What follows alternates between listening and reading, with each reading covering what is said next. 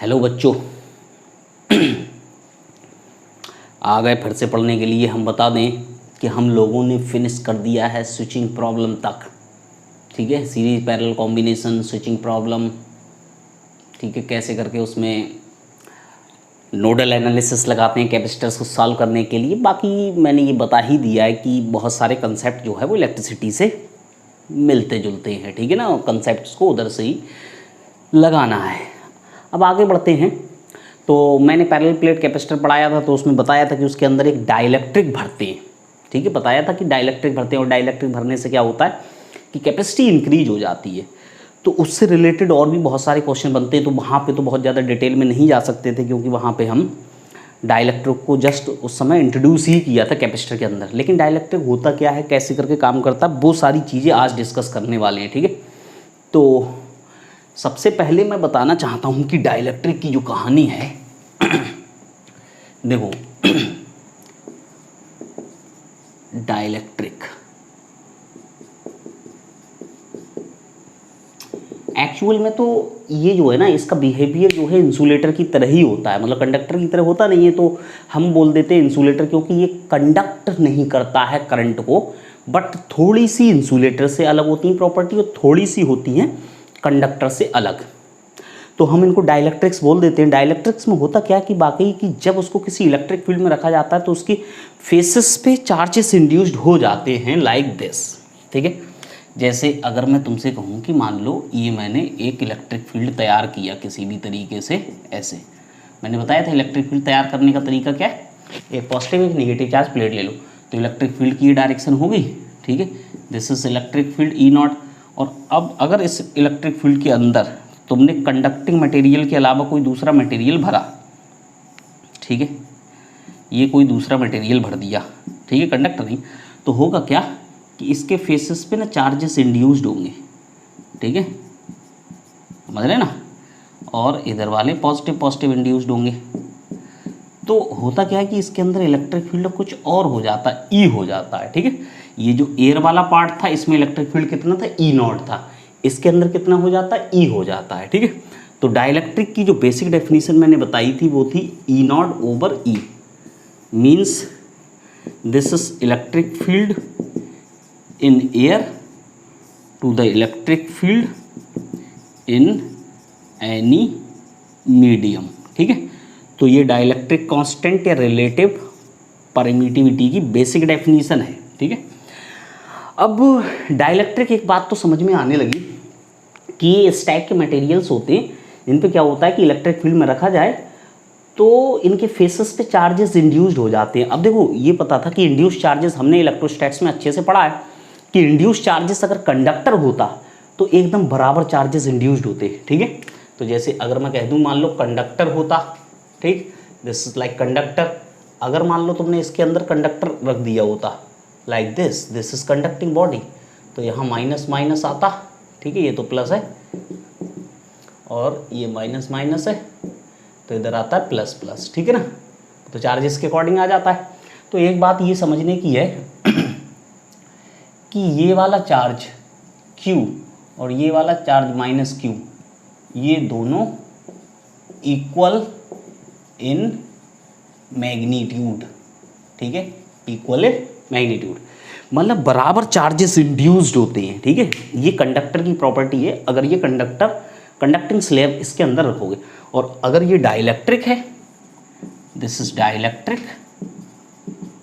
ठीक है, तो ये जो इंड्यूस्ड चार्ज है, ये जो इंड्यूस्ड, इसे बोलते हैं इंड्यूस्ड चार्ज। ठीक है, इस चार्ज की वजह से जो इस फेस पे आ गया या इस फेस पे आ गया, ये इंड्यूस्ड चार्जेस हैं। ठीक, तो दिस इज, मान लो अगर मैं कहूँ कि ये इंड्यूस्ड चार्ज है क्यू पी और ये है क्यू, तो Q P is less than Q. ठीक है, क्यू आई भी दिखा सकते हो, क्यू पी दिखा सकते हैं, इंड्यूस्ड चार्ज, चलो तुम चाहो तो क्यू आई दिखा दो, इंड्यूस्ड चार्ज क्यू आई। ठीक है, तो क्यू आई जो है वो हमेशा कम होगा क्यू से, मतलब यहाँ पे अगर 10 है तो यहाँ पे 8 आएगा। लेकिन वो इक्वेशन आती है, एक इक्वेशन आती है, उस इक्वेशन को सीखेंगे कि बाकी उस पर डायरेक्ट क्वेश्चन आता है। कई बार डायरेक्ट क्वेश्चन आया कि इस फेस पे कितना चार्ज इंड्यूस हो जाएगा। ठीक है, तो बात समझ में आ रही है कि डाइलेक्ट्रिक एक तरीके के ऐसे मटेरियल है जो कि कंडक्टर तो नहीं होते, ठीक है, कंडक्टर से थोड़े से अलग होते हैं। तो नॉर्मली अगर कैपेसिटर की बात नहीं करेंगे तो हम डाइलेक्ट्रिक को भी इंसुलेटर बोल सकते हैं, वो कोई बहुत बड़ा इशू नहीं है, हम उसको इंसुलेटर बोल सकते हैं क्योंकि वो उनमें फ्री इलेक्ट्रॉन्स नहीं होते, उनमें फ्री इलेक्ट्रॉन्स नहीं होते, ठीक है। तो वो इंसुलेटर ही हो गए जिनमें फ्री इलेक्ट्रॉन्स नहीं होते। लेकिन मैं तुमको बताऊं कि इनकी प्रॉपर्टीज़ क्या होती हैं। इनकी प्रॉपर्टीज़ ये हैं कि अगर एक्सटर्नल इलेक्ट्रिक फील्ड में रखा जाता है तो उनके फेसेस पे चार्जेस आ जाते हैं। फेसेस पे चार्जेस जो आते हैं वो जो चार्ज, ये जो है ये वाला चार्ज है जो इनको इंड्यूस कराएगा, इंड्यूसिंग चार्ज, ये इंड्यूस्ड चार्ज, ये सब इलेक्ट्रोस्टैट्स में पढ़ा है तो यहाँ पे ज़्यादा उस पर नहीं जा रहा है, बेसिक बहुत ज़्यादा टर्मिनोलॉजी पे इंड्यूस चार्ज को समझने की कोशिश करना है। इंड्यूस चार्ज लेस देन होता है जो भी इंड्यूसिंग चार्ज है उससे, ठीक है, इन केस ऑफ डाइलेक्ट्रिक। अब देखो बात करते हैं आगे थोड़ी सी और, तो एक बेसिक डेफिनेशन ये आ गई, ठीक है। तो मैंने तुमको एक बात तो यहाँ पे और बता दी थी, वो पहले भी बताई थी कि अगर के की बात करें, इफ कंडक्टर है तो कंडक्टर के लिए E कितना हो जाएगा, E is equals to, E is the net electric field, तो वो E इज इक्वल्स टू हो जाएगा 0, तो K is equals to infinite, ठीक है। दिस इज एनी मीडियम, तो कंडक्टर के अंदर इलेक्ट्रिक फील्ड E की वैल्यू 0, तो K is equals to infinite, ठीक है ना। और बाकी फॉर एनी मीडियम, किसी और मीडियम के लिए हम कहें तो K is always greater than 1, और एयर या वैक्यूम के लिए, फॉर एयर और वैक्यूम के लिए ये कितना होगा, K इज इक्वल्स टू 1, ठीक है। ये बात तो है। तो यहाँ से सबसे ज़्यादा इंपॉर्टेंट नोट करने की चीज़ है ये वाली इक्वेशन, ठीक है। डाइलेक्ट्रिक कांस्टेंट यूनिटलेस डायमेंशनलेस होता है, ठीक। तो अब और समझने की कोशिश करते हैं थोड़ा सा इसमें ना, तो इस पर बहुत ज़्यादा तो कुछ नहीं आता है लेकिन बेसिक बेसिक चीज़ें समझ ले रहे हैं। देखो जनरली क्या होता है कि कोई भी मटेरियल एटम्स से मिलके बना होता है, ठीक है। कोई भी मटेरियल किससे मिलके बना होता है, एटम्स से, और एटम्स किससे मिलके बने होते हैं, पॉजिटिव और नेगेटिव चार्ज से, ठीक है। पॉजिटिव चार्ज वही न्यूक्लियस के अंदर होता है, नेगेटिव चार्ज वही इलेक्ट्रॉन्स होते हैं। तो जनरली क्या होता है, मैं तुम लोगों को बता दूं कि जो पॉजिटिव चार्ज नेगेटिव चार्ज होता है वो कोइंसाइड कर रहा होता है, ठीक है। तो मैं कहूँ फॉर एनी एटम, तो पॉजिटिव चार्ज और नेगेटिव चार्ज कोइंसाइड करता है, ठीक है। So it's dipole moment is 0 होता है, ठीक है। मतलब ये नॉन पोलराइज होते हैं, ठीक है, पोलराइज। अब पोलराइज क्या, देखो जब भी किसी डाइलेक्ट्रिक को किसी इलेक्ट्रिक फील्ड में रखेंगे तो उसका पोलराइजेशन होता है। पोलराइजेशन का मतलब होता है कि एक तरफ नेगेटिव चार्ज चले जाते हैं, दूसरी तरफ पॉजिटिव, जैसे मैंने इससे पहले वाले डायग्राम में बताया था। तो for any atom positive negative charge coincide कर जाते हैं, so it's dipole moment is 0, या फिर इसे नॉन पोलराइज बोल सकते हैं, ठीक। लेकिन अब आगे बढ़ते हैं, for any molecule dipole moment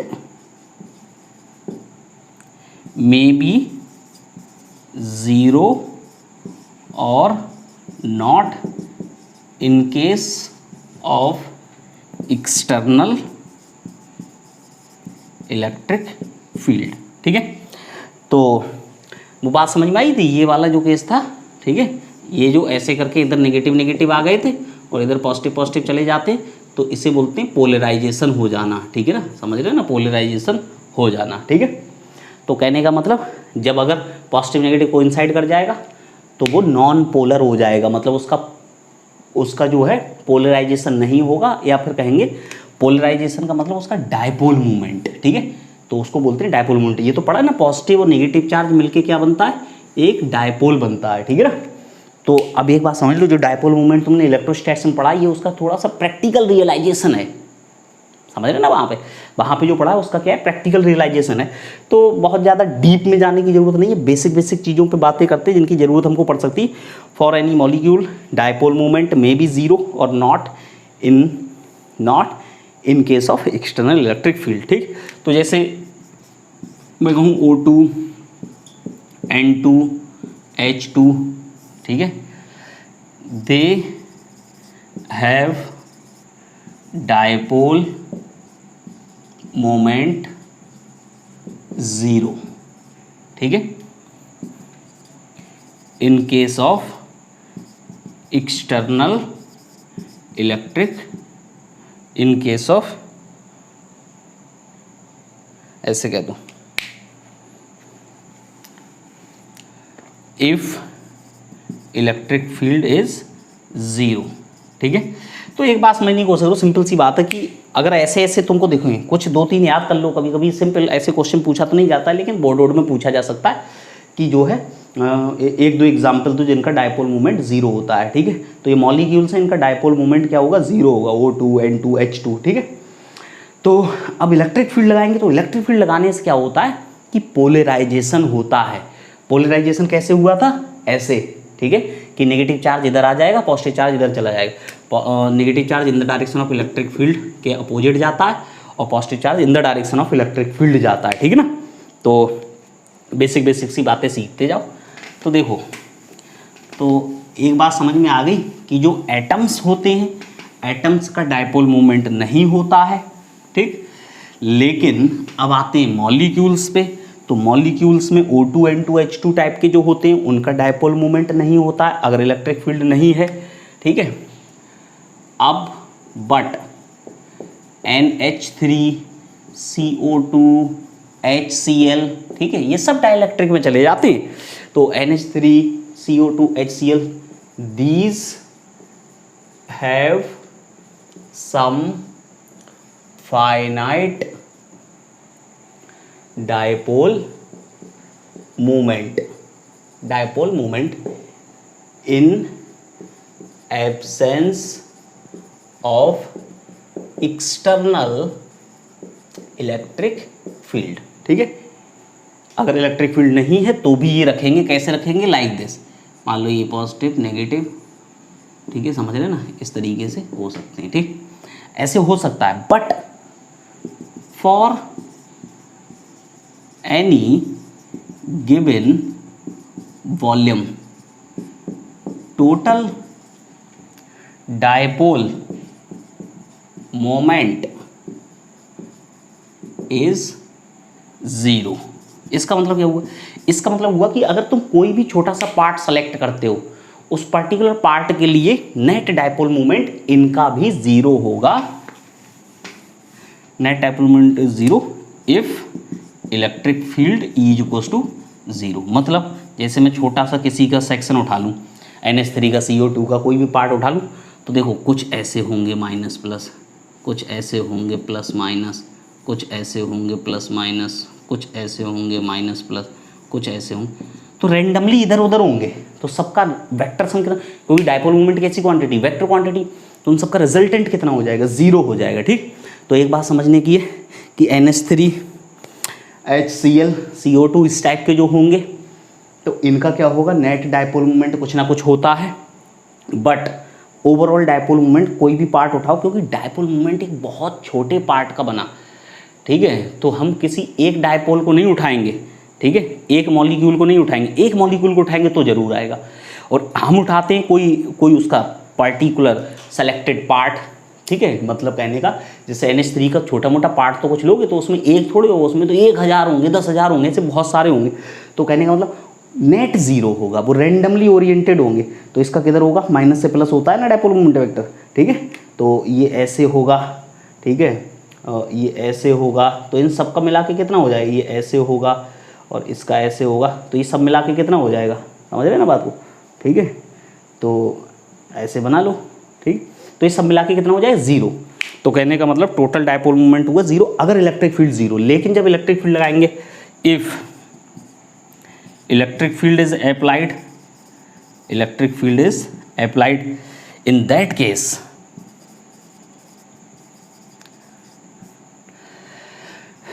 dipoles align them into the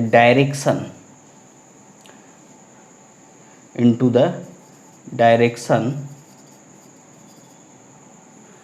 opposite to electric field.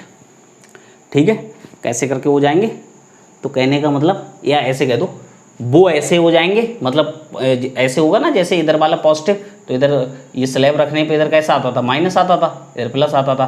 तो ये कह दो dipole align them into the direction of electric field. ठीक है, इलेक्ट्रिक फील्ड चार्जेस जैसे भी होंगे, लेकिन डायपोल किधर जाएंगे, डायपोल धीरे धीरे ऐसे हो जाएंगे। ठीक है, इस तरीके से होने लगेंगे, जैसे ये वाला सेक्शन है ना, तो ऐसे ऐसे। ठीक है, थोड़े थोड़े तिरछे हैं, वो धीरे धीरे होने लगेंगे, that is not big issue. तो ऐसे करके हो जाएंगे। ठीक है ना, तो कुछ देर के बाद एकदम ज़्यादा देर तक लगाओगे इलेक्ट्रिक फील्ड तो सारे के सारे हो जाएंगे, तो नेट डायपोल मूवमेंट आएगा।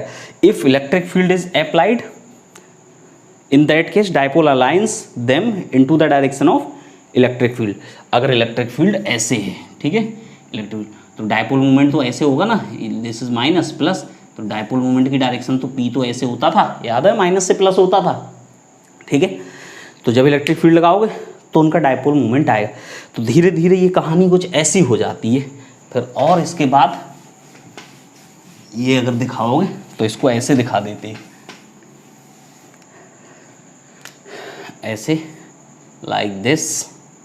ठीक है, ये तुमने वो डाइलेक्ट्रिक स्लैब रखी, तो हुआ क्या कि ये धीरे धीरे ये माइनस प्लस, ये माइनस प्लस, माइनस प्लस, ये सब अपने आप को इन्होंने एडजस्ट कर लिया। ठीक है, due to the direction of electric field. Electric field की वजह से इन पे टॉर्क वॉर्क लगा, उससे इसने अपने आप को, तो इलेक्ट्रिक फील्ड ऐसे। तो अब हम कहेंगे इलेक्ट्रिक फील्ड, तो समझ रहे ना, ये तुमने चार्जेस दिए थे तो उस वजह से इलेक्ट्रिक फील्ड आया था ई नॉट। ठीक, तो इसको फिर ऐसे दिखा देते हैं। ठीक है, ये सब फर्जी चीज़ें हटा देते हैं। ठीक है, ये डायपोल आइपोल नहीं दिखाते, फिर सीधे सीधे इधर वाले माइनस दिखा देते हैं और इस साइड दिखा देते हैं प्लस प्लस। ठीक है, बात समझ में आ रही है?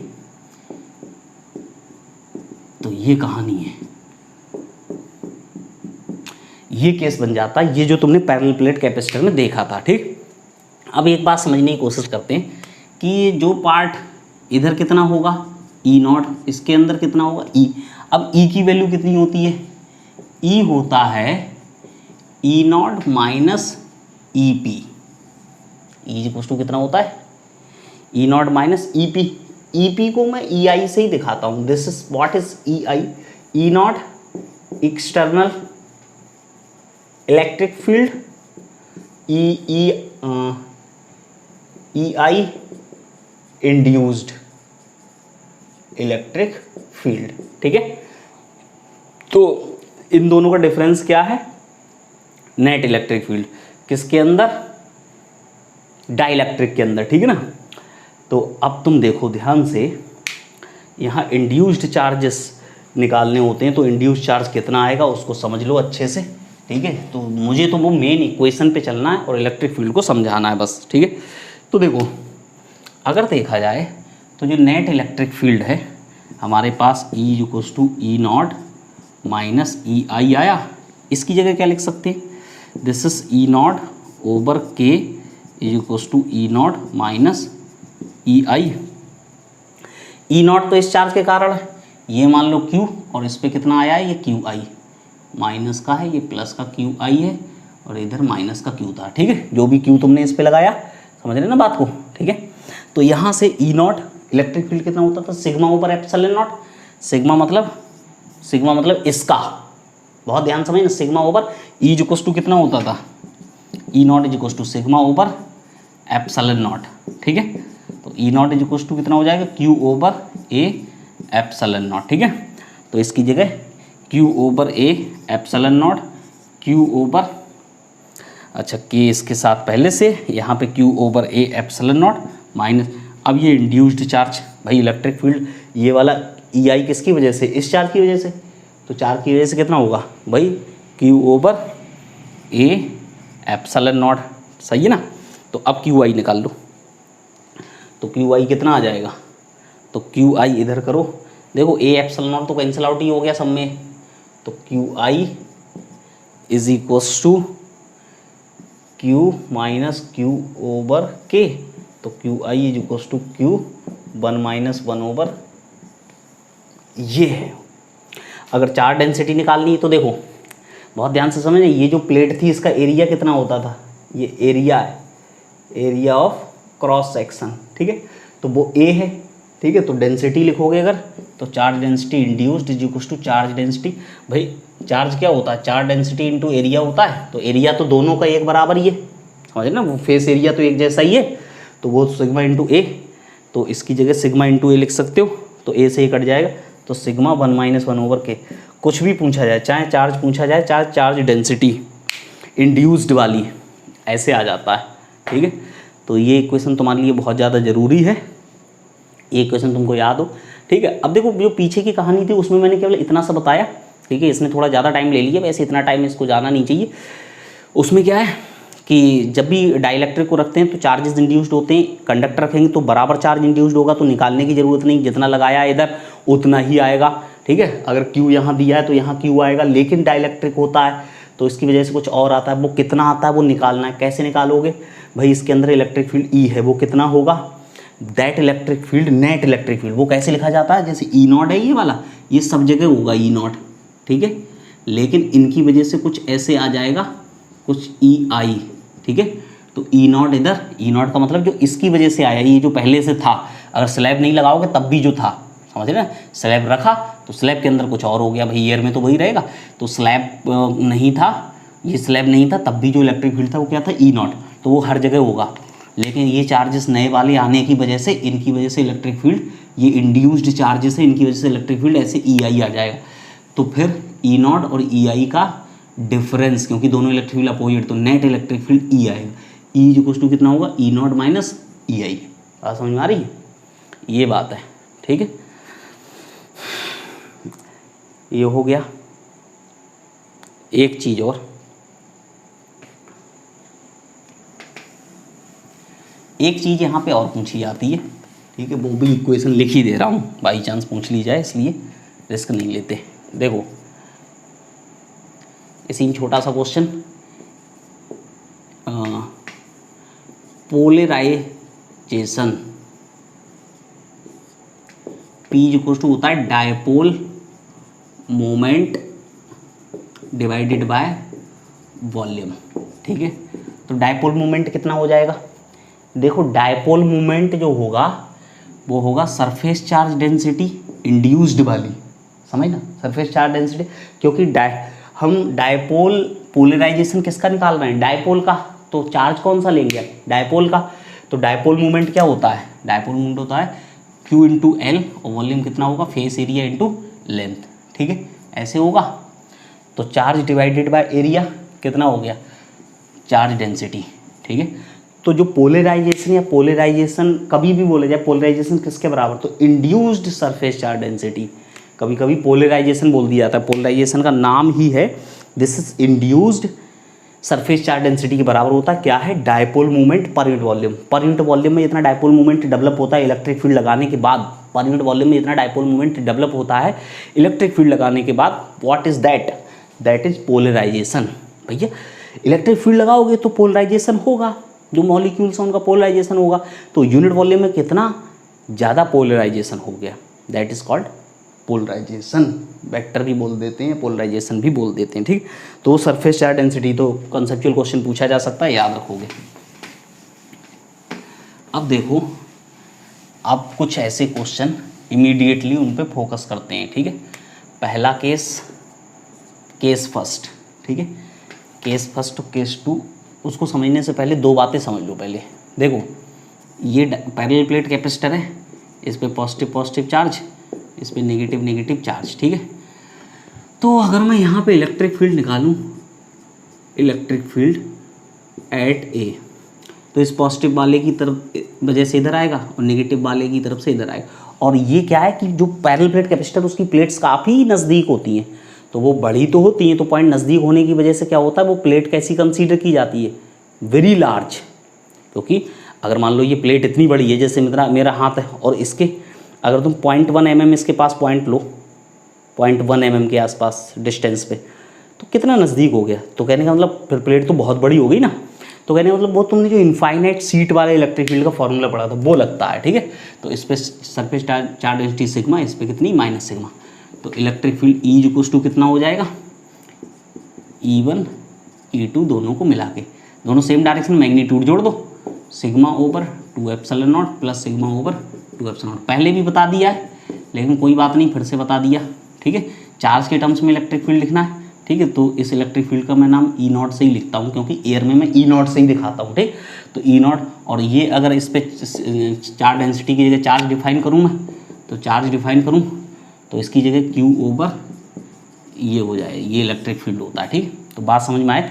और ये कैसा है, चार्ज कांस्टेंट है इस कैपेसिटर के ऊपर, ये भी कांस्टेंट, ये भी कांस्टेंट, तो this is electric field is constant between the plates. तो यहाँ पे एक बात और काम की है, कभी कभी क्वेश्चन पूछा जाता है कि कैपेसिटर के अंदर कोई चार्ज पार्टिकल रख दिया, ठीक है, तो 2 सेकंड में कितनी डिस्टेंस कवर करेगा। तो एक बात समझना, इसमें यूनिफॉर्म इलेक्ट्रिक फील्ड है। तो तुमने जो इलेक्ट्रोस्टैट्स में यूनिफॉर्म इलेक्ट्रिक फील्ड वाले 1 डायमेंशन 2 डायमेंशन के केसेस मैंने तुमको बताए थे, वो सारे यहाँ पे एप्लीकेबल हैं, ठीक है ना।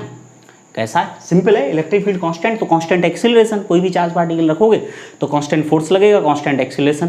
तो कांस्टेंट एक्सीलरेशन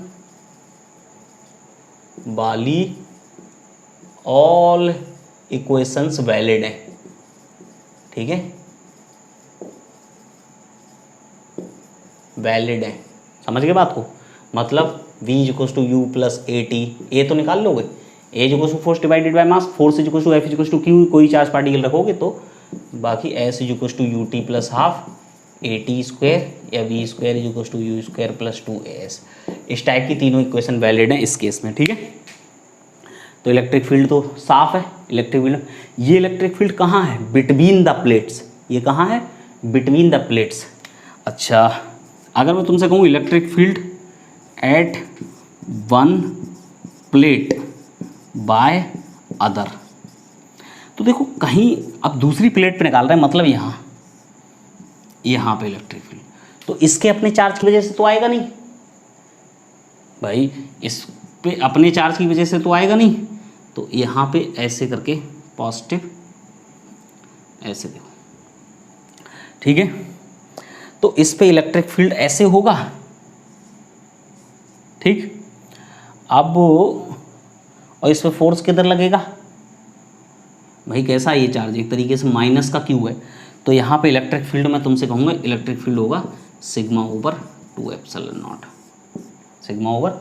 तो अगर इस प्लेट पे मैं बात करूँगा इलेक्ट्रिक फील्ड की, तो केवल इस प्लेट की वजह से आएगा। क्यों, क्योंकि जब हम 2 चार्जेस में अगर एक चार्ज के पास देखेंगे तो केवल उसकी वजह से आएगा, इसकी वजह से नहीं आएगा, क्योंकि इसकी वजह से निकालोगे तो डिस्टेंस जो इलेक्ट्रिक फील्ड वाला फॉर्मूला था के की ओवर आर स्क्वायर, तो आर की वैल्यू 0, तो इलेक्ट्रिक फील्ड उसका इनफाइनाइट नहीं हो जाएगा, तो वो काउंट ही नहीं करते, वहाँ पे किसी और की वजह से ही निकालते, ना कि उसका। तो कहने का मतलब यहाँ इलेक्ट्रिक फील्ड अगर निकालो तो इसकी वजह से नहीं निकालना, लेकिन बिटवीन द प्लेट्स जब मैंने लिया था तो इसकी वजह से भी लिया था और इसकी वजह से भी लिया था, तभी दोनों जुड़ के नीचे से 2 खत्म हो गया था, ठीक है। लेकिन जब मैं इस प्लेट पे ही निकालूंगा तो मैं केवल इस चार्ज के कारण निकालूंगा, तो इसलिए 2 आएगा, ठीक है। अब मैं कहता हूँ फोर्स ऑन द प्लेट, भाई इसके इलेक्ट्रिक फील्ड में ये वाली चार्ज प्लेट रखी है, मतलब चार्ज रखा है, तो उस पर फोर्स तो लगेगा, तो फोर्स कितना लगेगा, मैग्नीट्यूड की बात कर रहा हूँ, F equals to Q E, तो उस पर चार्ज का मैग्नीट्यूड क्यू है, इलेक्ट्रिक फील्ड कितना है सिग्मा ओवर 2 एप्सिलॉन नॉट, तो क्यू सिग्मा की जगह Q over 2a epsilon not, तो Q square over 2a epsilon not. ये फोर्स का फॉर्मूला याद कर लो बिल्कुल, this is force on the plate, on plate by, on one plate कह सकते हो, on one plate by other. इसको तो याद कर लो एकदम टिप्स पे, सीधा सीधा ही कई बार पूछा गया है कि कैपेसिटर की प्लेट्स के बीच में फोर्स कितना होता है। प्लेट्स के बीच में का मतलब क्या है भैया, प्लेट्स के बीच में मतलब एक प्लेट दूसरी प्लेट को कितने फोर्स से खींच रही है, तो एक प्लेट का इलेक्ट्रिक फील्ड, एक तरीके से सिंपल सी बात ये होती है कि इसके कारण इलेक्ट्रिक फील्ड को, और यहाँ पे जो चार्ज है उस पे चार्ज पे F equals to Q E लगाओ, तो F equals to Q E. अब मैंने ये माइनस क्यू क्यों नहीं लिखा, क्योंकि मैं फोर्स का मैग्नीट्यूड निकाल रहा हूँ, और डायरेक्शन किधर होगी, इलेक्ट्रिक फील्ड उधर है, तो नेगेटिव चार्ज पे देखो ये पॉजिटिव है, ये इस प्लेट को अपनी तरफ खींचेगा कि नहीं, तो कहने का मतलब फोर्स इधर लगेगा, ठीक है, फोर्स इधर लगे।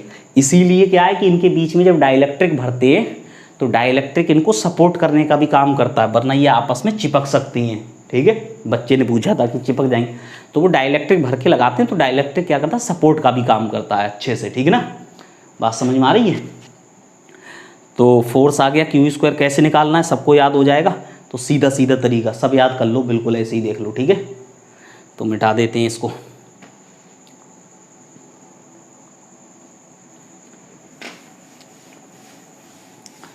अब 2 केसेस हैं, ठीक है, बहुत सारे बच्चों के 2-3 क्वेश्चन के डाउट चल रहे हैं, ठीक है, तो वो आज ही इस लेक्चर के बाद हो जाएंगे क्लियर, ठीक। तो देखो अपने पास केस नंबर 1 और इधर ही बनाते हैं केस नंबर 2, लेकिन चलो कंपेयर कर लेंगे अच्छे से। केस नंबर 2 देखो, अब मैं क्या कर रहा हूँ, मैं पैरेलल प्लेट कैपेसिटर ले रहा हूँ, ठीक है। क्या ले रहा हूँ, पैरेलल प्लेट कैपेसिटर। और पैरेलल प्लेट कैपेसिटर में एक काम करेंगे, पैरेलल प्लेट कैपेसिटर में क्या काम करेंगे मैं तुम्हें बताऊं। पैरेलल प्लेट कैपेसिटर में हम क्या करेंगे, डाइलेक्ट्रिक को भरेंगे, एक बार बैटरी को कनेक्ट रखते हुए, एक बार बैटरी को डिस्कनेक्ट करके। क्या करेंगे, दोनों केसेस ऐसे के ऐसे याद होने चाहिए। एक बार डाइलेक्ट्रिक भरेंगे बैटरी को कनेक्ट रखते हुए, एक बार बैटरी को डिस्कनेक्ट करके। और सारी चीज़ों पे, कैपेसिटी पे क्या फ़र्क पड़ेगा, चार्ज पे क्या फ़र्क पड़ेगा, चार्ज डेंसिटी पे क्या फ़र्क पड़ेगा, एनर्जी पे क्या फ़र्क पड़ेगा, इलेक्ट्रिक फील्ड पोटेंशियल पे क्या फ़र्क पड़ेगा, सब कुछ देखेंगे। तो देखो, ठीक है, सबसे पहले if battery is connected and dielectric is filled between plates, ठीक। दूसरा केस,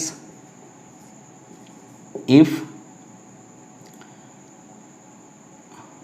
battery is removed, ठीक, and dielectric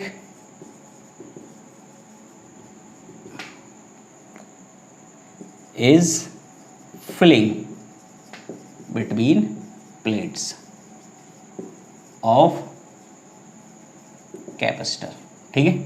बात समझ आ रही है, मतलब इसमें भी भर रहे हैं, पहले खाली था फिर भरेंगे, ठीक है। तो देखो पहला केस, पहले तो ऐसे देखो, ये पैरेलल प्लेट कैपेसिटर था, इसकी कैपेसिटी C V और इस पर चार्ज Q था, ठीक है।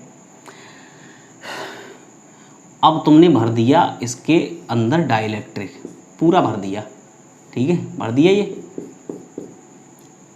तो कैपेसिटी देखो, सबसे पहले C=ε0A/d था इफ बैटरी इज कनेक्टेड, ठीक है। तो बैटरी पहले कनेक्टेड है, बैटरी इस तरीके से मान लो कनेक्टेड है, ठीक।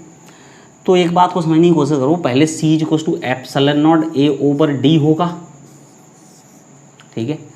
अब कितना होगा, Cm=K∈0A/d होगा, तो मतलब K टाइम ऑफ C हो जाएगा, ठीक, पहला केस।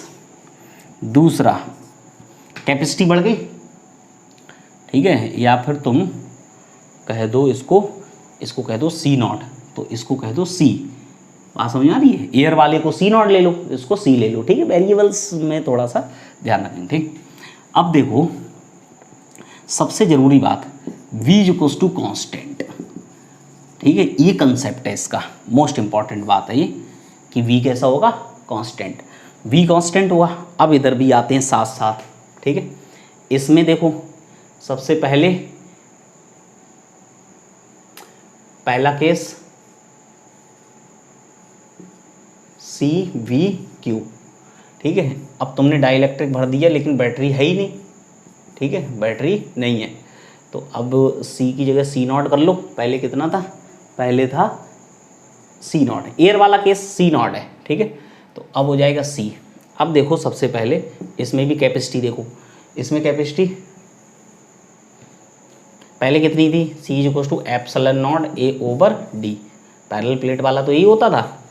अब कितना हो जाएगा, C=ε0 ए ओवर डी इंटू के, मतलब सी नॉट के टाइम ऑफ सी नॉट। ठीक है, इसमें ज़रूरी बात क्या है, इसमें देखो बैटरी नहीं है, बैटरी नहीं है तो चार्ज कहाँ से आएगा, तो चार्ज का तो कोई सोर्स ही नहीं रहा, तो इसमें Q इक्वल्स टू कॉन्स्टेंट। काम की बातें समझते जाओ इसमें, इसीलिए मैं कंपेयर करा के करा रहा हूँ। मैं चाहता 2 बार में कर देता, लेकिन मैंने क्या किया है, मैं कंपेयर करा के करा रहा हूँ।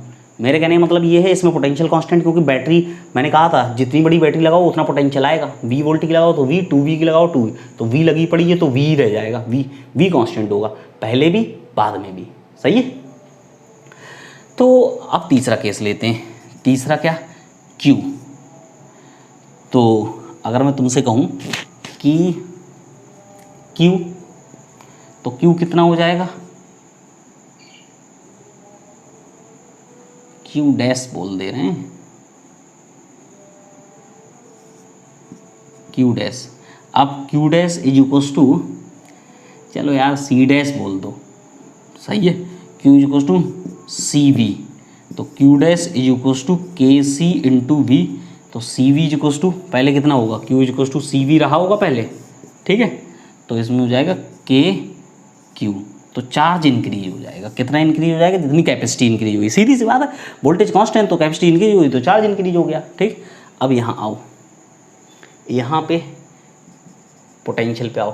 ठीक है, तो Q इज इक्वल्स टू क्या होता था, CV, तो V is equals to Q over C, ये बात। अब यहाँ पे देखो, चलो C dash, Q dash is equals to Q तो कांस्टेंट ही है।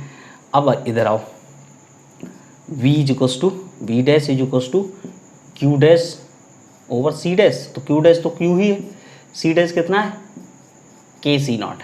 ठीक है, समझ में आ रही बात।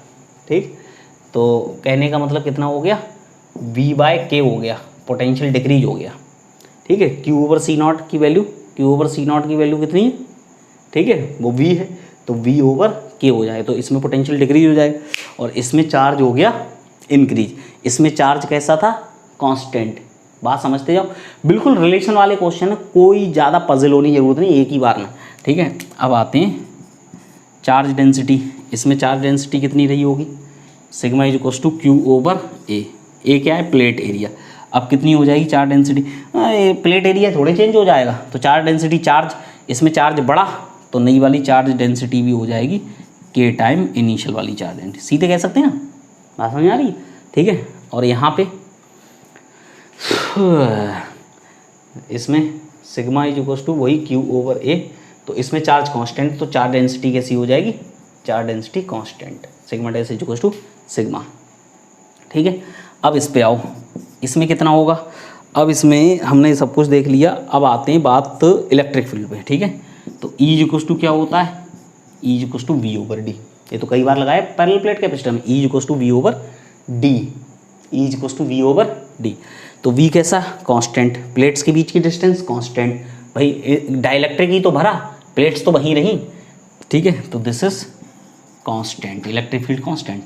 यहाँ पे electric field E is equals to V over D, तो D तो कांस्टेंट लेकिन V कम हो गया, V कितना कम हुआ, K से, तो इलेक्ट्रिक फील्ड भी कम हो जाएगा K से, तो E dash is equals to आएगा E/K। ठीक है, this is like this, E is equals to पहले कितना था, V ओवर D था, अब कितना हो जाएगा, अब कम हो जाएगा K से। फिर बात करते हैं पोटेंशियल एनर्जी। पोटेंशियल एनर्जी कितनी है, this is half CV square, ये तो देखो C बड़ा, पोटेंशियल कांस्टेंट, तो C जितना बड़ा पोटेंशियल एनर्जी उतनी बढ़ जाएगी, तो U dash is equals to K time of U हो जाएगी। सही है ना, तो यहाँ पे आओ, पोटेंशियल एनर्जी वही है हाफ CV स्क्वायर, तो V कम हुआ, C बड़ा, तो C का K यहाँ आएगा, V का नीचे K स्क्वायर आएगा, तो नीचे K आएगा, तो कहने का मतलब आ जाएगा U dash is equals to U/K, potential energy कम हो जाएगी। समझ रहे हो बात को। फिर उसके बाद आते हैं फोर्स पे, तो फोर्स कितना है, Q square over 2A epsilon not. ठीक है, Q square over 2A epsilon not. तो देखो चार्ज बड़ा, तो चार्ज अगर बड़ा है, चार्ज अगर बड़ा है तो फोर्स बढ़ जाएगा। ठीक है, तो जो F dash is equals to आएगा नया वाला, अगर ये वाला एफ होता था F equals to Q square over 2a epsilon not, ठीक है ना। तो प्लेट्स के बीच में फोर्स हो जाएगा के स्क्वायर टाइम पहले वाले के, ठीक है, क्योंकि फोर्स डायरेक्टली प्रोपोर्शनल किसके, क्यू के, मतलब क्यू स्क्वायर के, तो क्यू तो के टाइम हो गया, तो फोर्स भी के स्क्वायर टाइम हो जाएगा, ठीक है। और यहाँ पे देखो, यहाँ पे अगर मैं देखूँ तो नया वाला जो फोर्स है वो किस पे है, चार्ज कैसा, कांस्टेंट, तो नया वाला फोर्स भी पहले वाले फोर्स के बराबर। अब देखो मैं बाकी सारी चीज़ें तो एक बार तुम भी पढ़ोगे तो तुमको समझ आ जाएंगी, ठीक है। फोर्स वाला थोड़ा सा कन्फ्यूजन करता है, तो तुमको कुछ नहीं देखना, तुमको केवल क्यू देखना, बाकी सब कुछ कांस्टेंट है ये। अच्छा एक चीज़ और, जैसे अगर एक बात बताओ, अगर ये पैरेलल प्लेट कैपेसिटर, तो ये वाली प्लेट इस पे कितना फोर्स लगाएगी, मैं तो उसी की बात तो कर रहा हूँ, बोलो मैं किसकी बात कर रहा हूँ, बोलो, ठीक है। तो यहाँ से तो ये वाला चार्ज देखो, पोटेंशियल कांस्टेंट, तो चार्ज बड़ा था, तो चार्ज बढ़ेगा तो वो ज़्यादा चार्ज होगा तो वो ज़्यादा तेज़ी से खींचेगा, और चार्ज उतना ही रहेगा तो फोर्स पे कोई इफेक्ट नहीं पड़ेगा, वहाँ चार्ज कांस्टेंट इसलिए फोर्स पे कोई इफेक्ट नहीं पड़ा है, ठीक है। इसको नोट कर लो जल्दी से सारे केसेस।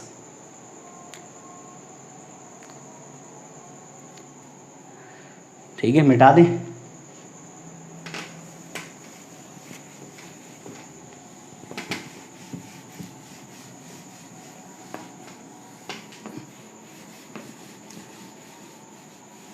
ठीक है, तो ये इंसर्शन ऑफ डाइलेक्ट्रिक है, इससे रिलेटेड जो भी क्वेश्चन होंगे तो वो एकदम रिलेशन वाले होते हैं, कर लेना उनको, ठीक है।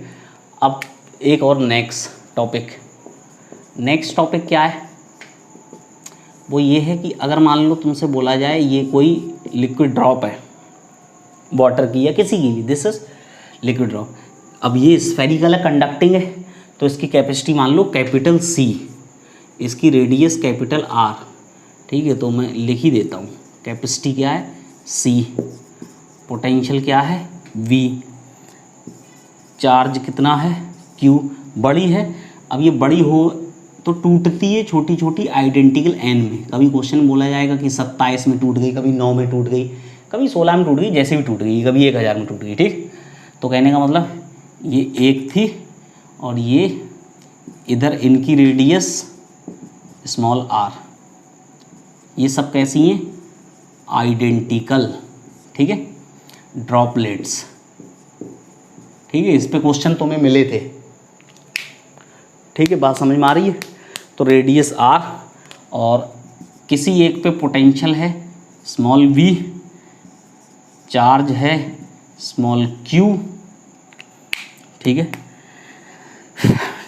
चार्ज डेंसिटी सिग्मा, स्टार कर दो, इस पर सिग्मा कर दो डेंसिटी, ठीक। अब समझते हैं इनमें क्या रिलेशन होता है, ठीक है। पोटेंशियल चार्ज, बाकी कोई और पैरामीटर होगा, पोटेंशियल एनर्जी होगी वो भी ले लेंगे, ठीक। तो देखो सबसे पहले वॉल्यूम कंजर्वेशन, वॉल्यूम, ठीक है। ये जिस लिक्विड की है अगर वो टूट भी जाए, टूटने का मतलब 1 से 10 ड्रॉपलेट्स बन जाए तो क्या जो लिक्विड का वॉल्यूम है वो तो उतना ही रहेगा ना, ठीक है। तो वॉल्यूम कंजर्वेशन से एक इक्वेशन आ जाएगी, तो वॉल्यूम कंजर्वेशन की मोस्ट इंपॉर्टेंट टॉपिक है, जो भी तुमसे रिलेशन इसमें पूछे जाएंगे, कभी पोटेंशियल का रिलेशन, कभी कैपेसिटी का रिलेशन, जो भी पूछा जाए तुम्हें उसे निकालने में कोई दिक्कत नहीं आनी चाहिए, ठीक है। तो देखो कैसे, एक बार सीख लोगे तो कर लोगे। देखो वॉल्यूम कंजर्वेशन की इक्वेशन कौन सी, तो 4/3 पाई r क्यूब पहले का वॉल्यूम, बाद में कितनी n बनी, और एक का वॉल्यूम कितना 4/3 पाई r क्यूब, तो r इक्वल्स टू n की पावर 1/3 इंटू r, सही है, r ये आ गया। अब अब बात करते हैं, देखो कैपिटल R और स्मॉल r में एक रिलेशन आ गया है वॉल्यूम कंजर्वेशन से, ये चाहिए होता है, ठीक। अब आगे बढ़ते हैं, तो देखो सबसे पहले तो दोनों को लिखते हैं ना ऐसे, देखो बिग और स्मॉल, बिग और स्मॉल, बिग पे कितना C equals to 4 pi epsilon naught into R, ठीक है, और यहाँ कितना small c equals to 4 pi epsilon naught into small r, एक पे किसी एक की कैपेसिटी कितनी हो जाएगी, ठीक है, क्योंकि स्फेरिकल कंडक्टर का 4 पाई एप्सिलॉन इंटू आर होता है कैपेसिटेंस, ठीक है। तो इसमें स्मॉल सी इक्वल्स टू क्या आएगा, तो स्मॉल आर की जगह तुम लिख सकते हो this is 4 pi epsilon naught, small R की जगह कैपिटल आर ओवर एन की पावर 1/3। तो स्मॉल सी इक्वल्स टू क्या हो जाए, 4 पाई एप्सिलॉन आर को सी, तो ऐसे लिख लो सी, समझ रहे ना, कैपिटल करके सी ओवर एन की पावर 1/3। तो बस इतना ही रिलेशन तुमको आना चाहिए कि छोटे कैपेसिटी और बड़े कैपेसिटी में रिलेशन क्या है, ठीक है, तो वही पूछे जाएंगे। अब जैसे अगर मैं तुमसे बात करूं तो एक इक्वेशन ये वाली भी बहुत ज़रूरी है, वो मैं यहाँ लिख देता हूँ, Q is equals to N Q, ये चार्ज कंजर्वेशन है, ये क्या है, दिस इज चार्ज कंजर्वेशन। इस पे जितना चार्ज होगा, अगर इस पे मैं कहूँगा 100 है तो 10 बनी, तो सब पे 10 10 जाएगा कि नहीं जाएगा, तो वही है एन इंटू क्यू, एक पे जितना और जितनी है उससे मल्टीप्लाई कर दो, ठीक है ना। तो इसकी भी ज़रूरत पड़ेगी। तो देखो मैं बात करता हूँ कि अगर पोटेंशियल की बात करें V equals to Q over C, तो यहाँ कितना आएगा, V equals to Q over small C. भाई इसका पोटेंशियल लिखना है छोटी वाली का, तो इस पे चार्ज इसकी कैपेसिटी से डिवाइड करो, ठीक है। तो इस पे चार्ज कितना, Q ओवर N, और नीचे C कितना, छोटा वाला C, छोटे वाले C की जगह लिखो बड़ा वाला C और नीचे N की पावर 1/3। तो ये हो जाएगा Q ओवर C इंटू, ये तो ऊपर आ जाएगा तो नीचे हो जाएगा, ये तो ऊपर पहुंचा ना, तो 1 ओवर N की पावर 2/3। तो V इक्वल्स टू आ जाएगा कैपिटल V और डिवाइडेड बाय N की पावर 2/3। ये हो गया, बात समझ में आ रही है। तो वही छोटे और बड़े में रिलेशन देखना है, तो यहाँ से ये आ जाएगा, चार्ज वाला तो है ही, छोटे वाले पे चार्ज और बड़े वाले पे चार्ज में रिलेशन, चार्ज डेंसिटी का भी रिलेशन वहाँ से आ जाएगा, ठीक है, सब कुछ। तो ये मेन जो थे वो 3 थे, बाकी अगर पोटेंशियल एनर्जी, मतलब ये 2 मेन थे, तीसरा ये था। बाकी अगर तुम्हें पोटेंशियल एनर्जी लिखनी है तो पहले पोटेंशियल एनर्जी कितनी होगी, U equals to half CV², ये होगा, और बाद में कितनी होगी, बाद में होगी U equals to half small C small V²। Small C को कैपिटल के टर्म्स में लिख लो, सही है। तो हाफ C को कैपिटल C ओवर N की पावर 1/3 इंटू V² का मतलब V² ओवर 4/3 N की पावर 4/3, ठीक है। तो U equals to this half CV² capital U बन जाएगा और नीचे हो जाएगा N की पावर 5/3। तो मतलब वही तुमको बस रिलेशन आने चाहिए, ठीक है, इतना खेल खेलना आना चाहिए तुमको, तो मुझे कोई दिक्कत नहीं है। चार डेंसिटी में रिलेशन निकालना है, चार डेंसिटी भी यहीं से आ जाएगी, ठीक है। तो वो रेडियस वाला रिलेशन है, उसकी जब ज़रूरत पड़ी तो मैंने वो लगा दिया। तो ये खेल खेलना आना चाहिए, देखो ध्यान से, ठीक है। तो वो N के टर्म्स में छोटे वाला पोटेंशियल, बड़े वाला, ये बोला जाएगा कि बड़ी वाली जो ड्रॉप थी उस पर पोटेंशियल था 500, तो वो 1000 में टूट गई, तो छोटी वाली कितना आएगा। तो अगर ये वाला तुमको 500 पता है कितने में टूट गया, वो 1000 की पावर 1/3 10 का स्क्वायर, तो 500 डिवाइडेड बाय 100 5 आ जाएगा। समझ गए बात को, कैसे क्वेश्चन पूछा जाएगा वो भी बताएं क्या, इसको पहले नोट कर लो, मिटा देते हैं।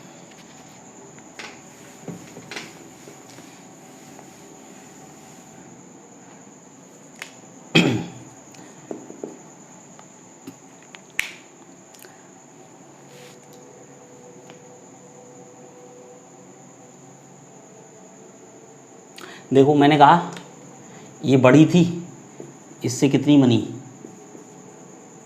10 बन गई, पहले 1 थी, ठीक है।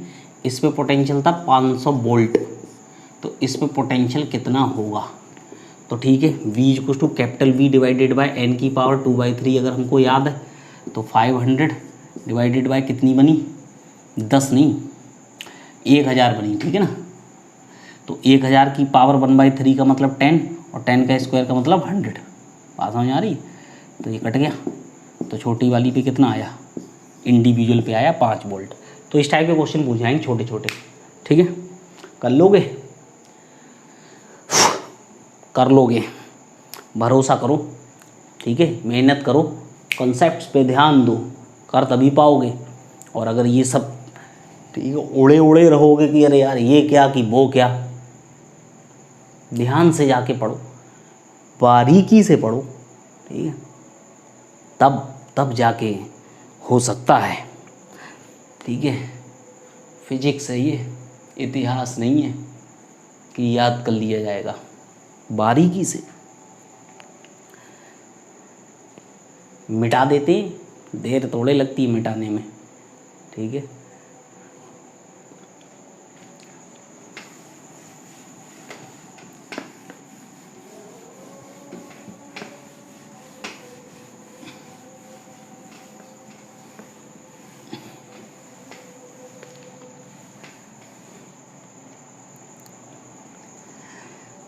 पचास 51 मिनट का हो गया। तो एक काम करते हैं, ये तुम नोट करो, क्योंकि अब जो मैं कराऊंगा इससे रिलेटेड क्वेश्चंस हैं, तो वो क्लास थोड़ी बड़ी होगी, ठीक है, क्योंकि वो एक ही क्वेश्चन बहुत टाइम ले जाएगा, इसलिए वो एक ही फ्लो में कराएंगे, एक कराएंगे फिर बाकी के क्वेश्चन आज नहीं हो पाएंगे। तो इसलिए इतना नोट कर लो इसे अच्छे से, देन आगे बढ़ते हैं, ठीक है। देन ओके बाय बाय, ये बाय पक्का वाला, ठीक है, चक देंगे।